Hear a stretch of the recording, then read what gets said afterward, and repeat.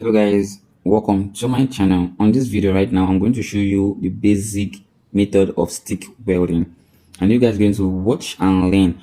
I know most of you will be like, yes, I've passed through this stage, I know a lot of things, but this man actually explained how you're meant to use stick welding very well. And on this video, I know it's not that long, but I'm going to show you how he did it himself.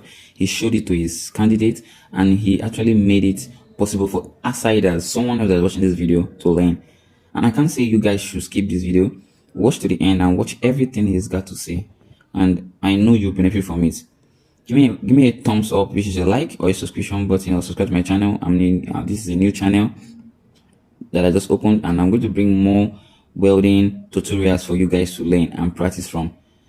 See you in my next video. This is a back-to-basics style video on stick welding with 7018. Let's do it. Today we're talking about bead placement and rod angle using 7018 332 on a multi-pass T-joint. One of the handy things about a 332 7018 is it takes less amperage, so you can often run it on 115 volt power. But in my shop, I've got to set the machine to about 87 amps so I can run a full rod without popping a breaker. Make sure you're plugged into the right port too. In this case, I need to be electrode positive. All machines are a little different. If your 7018 sounds like an arc gouger, you might have the wrong polarity. Let's talk rod angle now. For this first pass, there's a pretty wide range of angles I could use. I could go right in there at the root of that joint at a 45-degree angle. That would work fine. Angle's very forgiving as long as your arc length is tight. I'm going to drop down to an angle kind of like this. That was what I would use for a single pass weld to help prevent undercut on the top toe of the weld.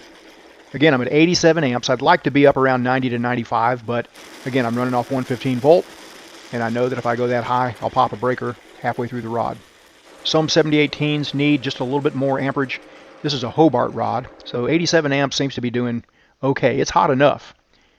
Now we're getting ready to put in that second bead, so let's talk about rod angle on the second bead and also bead placement. This is where a lot of students, I know I messed up when I was a student on this, I finally had to learn it. My rod angle is going to be faced a little bit more downward on this pass.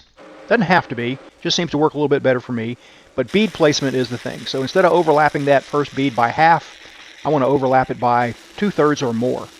That seems to me to be the ticket in getting an even multi-pass fillet weld.